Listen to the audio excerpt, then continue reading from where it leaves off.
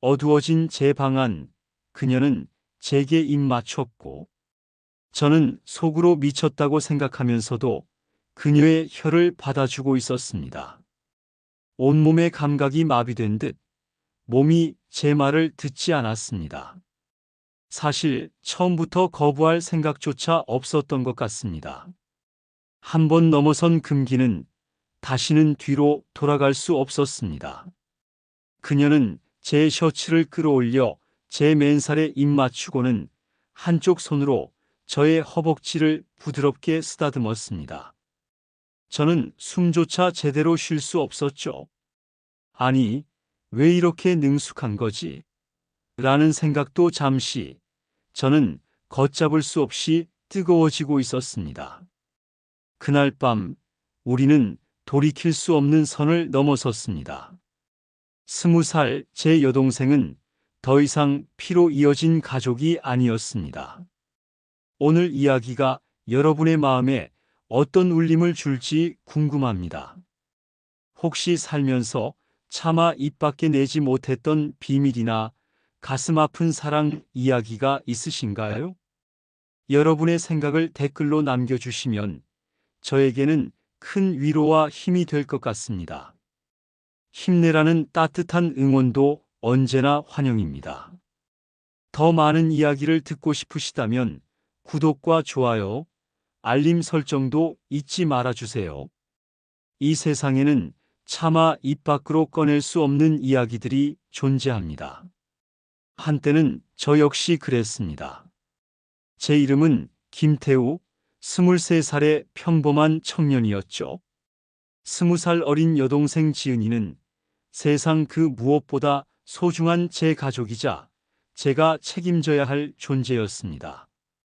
우리는 어려서부터 부모님의 사랑을 충분히 받지 못했습니다. 아버지는 제가 기억하기도 전에 세상을 떠나셨고, 어머니는 홀로 저희 남매를 키우기 위해 악착같이 일하셨습니다.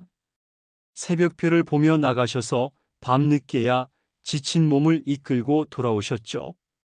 어머니의 전화기 너머 목소리는 언제나 미안함과 애틋함으로 가득했습니다. 우리 아들, 딸, 엄마가 꼭 성공해서 너희 호강시켜 줄게. 둘이 싸우지 말고 잘 지내고 있어. 그 말은 저희에게 너희 둘이서만 이 험한 세상을 버텨내야 한다는 무언의 명령과도 같았습니다. 어머니의 빈자리는 너무나도 컸고 저희 남매는 서로에게 더욱 의지할 수밖에 없었습니다. 제가 남들보다 일찍 철이 들었던 이유도 어깨에 기댄 지은이의 작은 머리통을 지켜줘야 한다는 책임감 때문이었을 겁니다. 동생은 어릴 때부터 저를 유난히 따랐습니다. 제가 읽어주는 동화책을 들으며 제 품에서 잠들어야만 악몽을 꾸지 않았죠. 제게 지은이는 세상의 모든 소음과 어둠으로부터 지켜야 할 가장 여리고 순수한 존재였습니다. 우리는 서로가 없으면 잠들지 못하는 마치 한 몸 같은 쌍둥이처럼 자라났습니다. 그저 가족이라는 울타리 안에서 서로의 온기를 나누는 것이 전부라고 믿었습니다. 하지만 지은이가 20살이 되던 해 여름, 우리의 왕국에 미세한 균열이 생기기 시작했습니다. 제가 군 복무를 마치고 돌아왔을 때 앳된 소녀였던 동생은 어느새 숙녀의 모습으로 변해 있었습니다. 교복 치마 대신 짧은 청바지를 입고 제 눈을 똑바로 바라보며 웃는 녀석의 모습은 낯설면서도 심장을 간지럽혔습니다. 샤워를 하고 나오는 길에 우연히 마주친 녀석의 젖은 머리카락에서는 이제 익숙한 비누 향 대신 달콤하면서도 아찔한 여자의 향기가 났습니다. 제가 미쳤다고 정신 차리라고 수없이 되뇌었지만 제 안에서 무언가 단단히 잘못되어 가고 있다는 것을 직감할 수 있었습니다.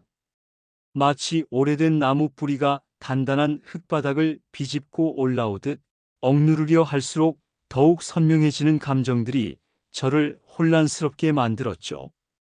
그날은 유난히 끈적끈적한 열대야가 기승을 부리던 밤이었습니다. 저는 거실 소파에 앉아 늦게까지 잠 못 들고 텔레비전을 보고 있었습니다. 어머니는 또 출장 중이셨고 집에는 저와 지은이 단둘뿐이었죠. 지은이는 이미 잠들었을 거라 생각했는데 언제 나왔는지 제 옆 소파에 살포시 앉더군요. 오빠 잠 안 와? 아 녀석의 목소리는 한밤중에 고요를 깨트리는 작은 물방울 같았습니다. 저는 애써 태어난 척 응, 더워서 라고 대답했습니다. 그 녀석은 말없이 제 옆에 기대왔고 어느새 스르르 잠이 들었죠. 잠결에 뒤척이던 지은이의 작은 손이 제 팔뚝을 스쳐 지나갔습니다. 저는 녀석의 작은 손이 닿은 곳마다 소름이 돋는 것을 느꼈습니다. 그리고 잠시 후 지은이의 몸이 스르륵 미끄러지면서 제 어깨에 기댔습니다. 그 녀석의 머리카락이 제 뺨을 간지럽혔고 달콤한 향기가 제 코끝을 스쳤습니다. 제 심장은 마치 전쟁터의 북소리처럼 미친 듯이 울려 퍼졌습니다. 온몸에 피가 역류하는 듯한 뜨거운 느낌. 이내 저는 이불을 가져와 녀석의 몸 위에 덮어주었습니다. 하지만 녀석은 잠결에 뒤척이며 제가 덮어준 이불을 밀어냈고 제 손은 녀석의 맨 다리에 닿았습니다. 부드럽고 따뜻한 감촉. 이 손을 당장 떼어내야 했습니다. 이건 아니라고, 정신 차리라고 스스로에게 소리쳐야 했습니다. 그때 정말 모든 걸 포기하고 싶었습니다. 하지만 놀랍게도 제 몸은 돌처럼 굳어 움직이지 않았습니다. 오히려 그 부드러운 감촉과 뜨거운 온기에 아랫배부터 시작된 짜릿한 전율이 온몸으로 퍼져나갔습니다. 저는 숨을 죽인 채 잠든 녀석의 얼굴만 바라봤습니다. 이 온기를, 이 자극을 잃고 싶지 않다는 비참한 본능이 이성을 마비시켰습니다. 결국 저는 그날 밤 아무 일도 없었다는 듯이 조용히 눈을 감았습니다. 거울 속 초라한 제 모습을 보며 저는 스스로에게 물었습니다. 내가 왜 이러지? 어쩌면 모든 비극은 그날 밤 저의 비겁한 침묵에서부터 시작되었는지도 모릅니다. 그날 밤 이후 지은이의 행동은 점점 더 대담해졌습니다. 그것은 더 이상 실수가 아니었습니다. 저의 침묵을 허락으로 받아들인 명백한 의도였죠. 제 방에 들어와 스스럼없이 제 침대에 앉아 저와 눈을 맞추며 이야기하는가 하면 제가 씻고 나오면 물기를 닦아준다며 제 몸에 손을 대기도 했습니다. 그럴 때마다 저는 애써 태어난 척했지만 심장은 미친 듯이 날뛰었습니다. 긴장됐지만 솔직히 말해 멈춰주길 바라진 않았어요. 아슬아슬한 동생의 도발이 오히려 저를 더욱 야하게 만들었습니다. 마치 아침 드라마 속 주인공이 된 듯 이 위험한 줄타기가 계속되길 바라는 저 자신이 혐오스러웠습니다. 그렇게 위태로운 밤들이 그림자처럼 저희를 감싸며 저물어 갔습니다. 어느 날 제가 직장에서 회식 후 잔뜩 취해 들어온 날이었습니다. 비틀거리며 현관문을 열고 들어서자 거실 소파에 앉아 저를 기다리던 지은이가 보였습니다. 그 녀석은 제게 다가와 팔짱을 끼며 오빠 많이 취했네. 방으로 가서 쉬어. 라고 말했습니다. 술 냄새와 뒤섞인 달콤한 향기가 저를 감쌌습니다. 어릴 적 열이 나서 끙끙 앓던 제게 밤새 물수건을 갈아주던 작은 아이의 모습과 지금 제 앞에 20살 여자의 모습이 흐릿한 시야 속에서 겹쳐 보였습니다.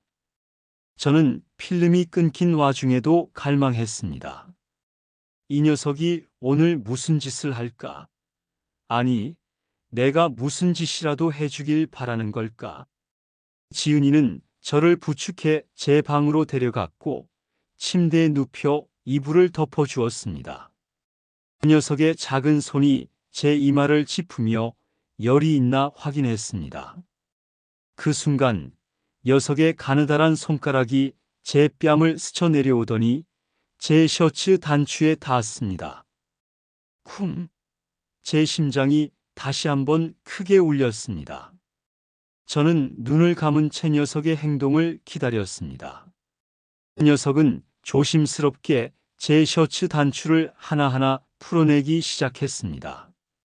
시원한 공기가 제 맨몸에 닿자 온몸에 소름이 돋았습니다. 그 녀석의 손길은 이제 제 가슴팍을 부드럽게 쓰다듬기 시작했습니다. 차가운 손가락 끝이 제 유두를 건드리자 저는 저도 모르게 작게 신음했습니다. 수치심에 얼굴이 불타는 것 같았지만 제 몸은 배신자처럼 정직하게 반응했습니다. 그때였습니다. 제 입에서 터져나온 가느다란 신음소리에 녀석의 손길이 거짓말처럼 뚝 멈췄습니다. 그리고는 아무 일도 없었다는 듯 조용히 이불을 다시 덮어주고 방을 나갔습니다. 쿵! 닫히는 문소리. 정적 속에서 느껴지는 건 뜨거운 흥분과 그보다 더 뜨거운 비참함이었습니다. 저는 이불을 움켜쥐고 한참을 흐느꼈습니다. 가족들 앞에서 눈물을 보인 건 그때가 처음이었어요. 그 후 며칠간 지은이는 저를 피했습니다. 마치 그날 밤 일은 없었던 것처럼 녀석은 평소처럼 행동했습니다. 하지만 그 침묵은 저를 미치게 만들었습니다. 차라리 끝을 봐야겠다고 결심했습니다. 이 지옥 같은 게임의 끝을, 녀석의 진심이 무엇인지 제 눈으로 똑똑히 확인해야겠다고 말입니다. 저는 다시 한번 술의 힘을 빌리기로 했습니다. 하지만 이번엔 정말 취하지 않았습니다. 그저 온몸에 신경을 곤두세운 채 침대 위에서 완벽하게 잠든 연기를 펼쳤습니다. 혹시 녀석이 들어오지 않을까 밤새도록 귀를 기울였습니다. 안타깝게도 새벽 2시가 넘어서야 녀석의 발소리가 들렸습니다. 자정이 훌쩍 넘은 시각 예상대로 제 방문이 조용히 열렸습니다. 제 심장 소리가 방문을 열고 들어오는 지은이에게까지 들릴 것만 같았습니다. 동생은 제 옆에 조용히 눕더니 어릴 적 제가 아플 때 덮어주던 그 낡은 담요를 제 몸 위에 덮어주었습니다. 다정한 행동이었지만 저는 그 안에 숨겨진 의도를 알아채고 온몸에 소름이 돋았습니다. 담요 아래로 녀석의 작은 손길이 시작되었습니다. 그날 밤과 똑같은 수순. 하지만 무언가 달랐습니다. 오늘은 제가 미동도 하지 않자 녀석의 손길은 멈추지 않았습니다. 오히려 더욱 깊고 집요하게 저를 파고들었습니다. 녀석의 손가락이 제 허리에서 등줄기를 타고 올라와 목덜미를 어루만졌습니다.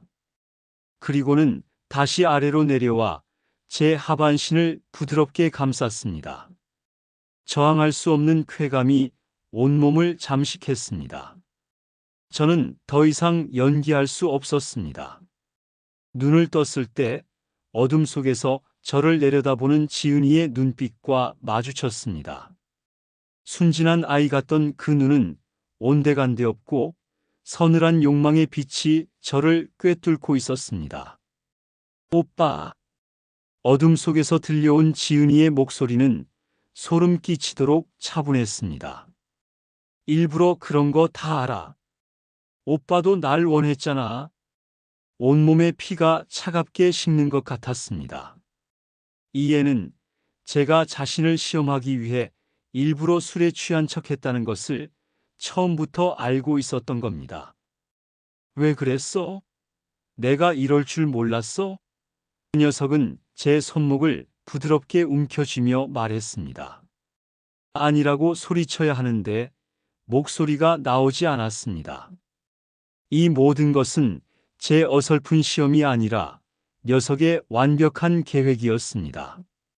저는 덫에 걸린 사냥감처럼 그녀의 시선 아래 꼼짝할 수 없었습니다. 동생은 제게 키스를 했고 저는 속으로 미쳤다라고 생각하면서도 녀석의 혀를 받아주고 있었습니다. 몸이 말을 듣지 않았습니다. 아니, 사실 처음부터 거부할 생각이 없었던 것 같습니다. 한 번 넘은 선은 다시는 뒤로 돌아갈 수가 없었습니다. 그 녀석은 제 몸을 끌어안고는 저의 속옷을 벗겨냈습니다. 그리고는 능숙하게 저의 중요 부위를 애무하기 시작했습니다. 그 작은 손이 만들어내는 자극은 제가 상상했던 그 이상이었습니다. 저는 신음하며 몸을 비틀었고 녀석은 만족스러운 듯 미소 지었습니다. 그날 밤 우리는 돌이킬 수 없는 강을 건넜습니다. 서로의 외로움과 욕망이 뒤엉킨 지독한 밤이었습니다. 그날 밤 이후 우리는 비밀의 공범이 되었습니다. 지은이가 제 계획을 모두 알고 있었다는 사실은 우리 관계의 주도권을 완전히 뒤바꿔 놓았습니다. 그녀는 더 이상 어리고 순진한 동생이 아니었습니다. 자신의 욕망을 정확히 알고 그것을 얻어내는 방법을 아는 여자였죠. 그리고 저는 그런 그녀에게 속수무책으로 빠져들었습니다. 어머니가 없는 집은 우리의 미래를 위한 완벽한 무대가 되어 주었습니다. 우리는 서로의 외로움을 서로의 몸으로 탐하며 위로했습니다. 함께 넷플릭스를 보면서도 손은 서로의 허벅지 위를 부드럽게 오갔고 함께 샤워를 할 때면 욕실 문을 잠그고 서로의 몸을 탐했습니다. 때로는 제가 녀석을 벽에 밀치고 뒤에서 강하게 끌어안기도 했고 그 녀석은 제 품에 안겨 가느다란 신음을 흘렸습니다. 처음의 어색함과 죄책감은 점차 쾌감과 중독으로 변해갔습니다. 직장에 있다가도 그녀의 숨결이, 그녀의 손길이 떠올라 아랫배가 저릿할 정도였으니까요. 퇴근 시간이 기다려지는 것은 오직 그 이유 때문이었습니다. 현관문 앞에서 어머니의 차 소리가 들릴 때면 우리는 흩어지기 바빴지만 그 아슬아슬함마저 우리의 관계를 더욱 자극하는 양념이 되었습니다. 마치 은밀한 게임을 하는 것처럼 말이죠. 우리는 서로에게 깊이 중독되었습니다. 이 위험한 관계의 끝이 어딜지 알면서도 멈출 수가 없었습니다. 세상의 모든 도덕과 상식을 깨부수는 행위였지만 저희에게는 그것이 유일한 위로이자 탈출구였습니다. 영원할 것 같았던 우리만의 세상은 지은이의 갑작스러운 한마디에 산산조각 났습니다.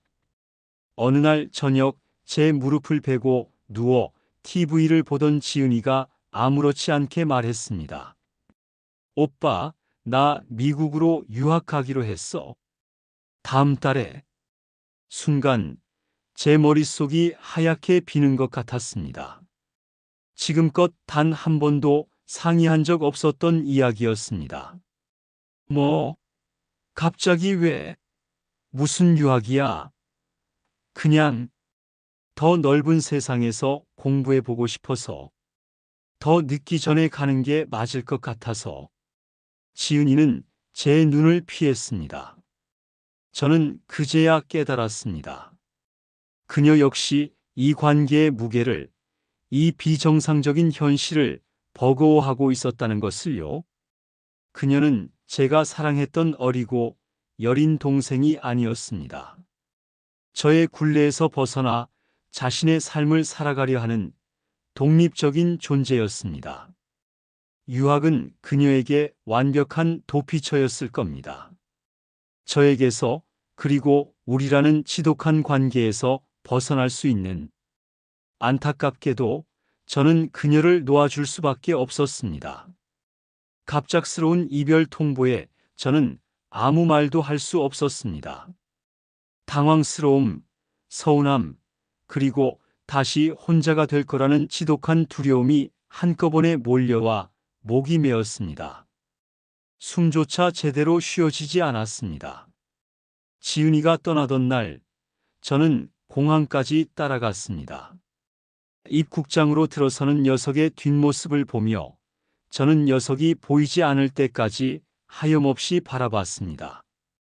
그 녀석의 작은 어깨가 우리의 위태로웠던 관계의 끝을 알리는 것 같아 하염없이 눈물만 흘렸습니다.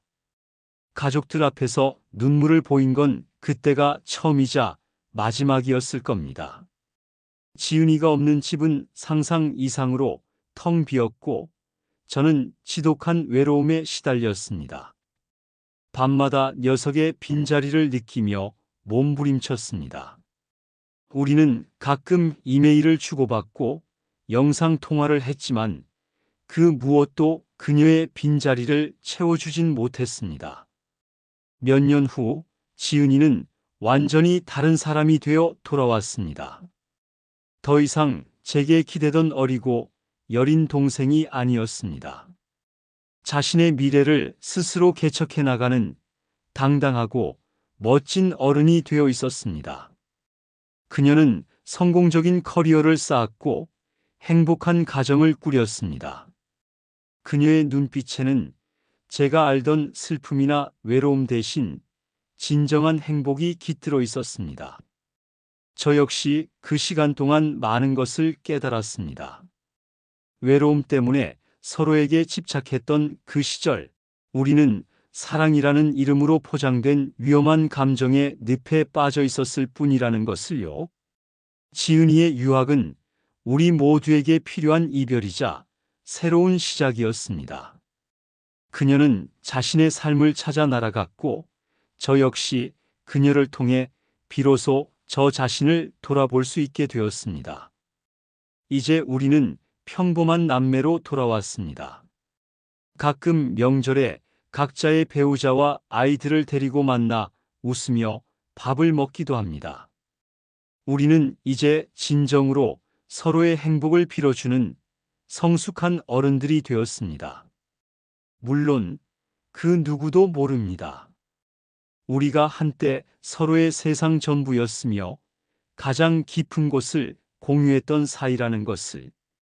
그 여름의 비밀은 이제 누구에게도 말할 수 없는 아프지만 애틋했던 한때의 추억으로 우리 둘만의 가슴 속에 자리 잡았습니다. 돌이켜보면 그것은 사랑이었을까요? 아니면 지독한 외로움이 만들어낸 신기루였을까요? 분명한 것은 그 위태로웠던 시간이 있었기에 우리는 비로소 각자의 세상에 바로 설 수 있게 되었다는 것입니다. 때로는 무언가를 깨뜨려야만 더 단단해질 수 있는 법이니까요. 우리의 삶은 상처를 통해 더욱 깊어지고 외로움을 통해 비로소 진정한 자신을 마주하게 되는 여정이라는 것을 저는 이제야 깨달았습니다. 오늘 이야기가 여러분의 마음에 어떤 울림을 줄지 궁금합니다. 혹시 살면서 차마 입 밖에 내지 못했던 비밀이나 가슴 아픈 사랑 이야기가 있으신가요? 여러분의 생각을 댓글로 남겨주시면 저에게는 큰 위로와 힘이 될 것 같습니다. 힘내라는 따뜻한 응원도 언제나 환영입니다. 더 많은 이야기를 듣고 싶으시다면 구독과 좋아요, 알림 설정도 잊지 말아주세요.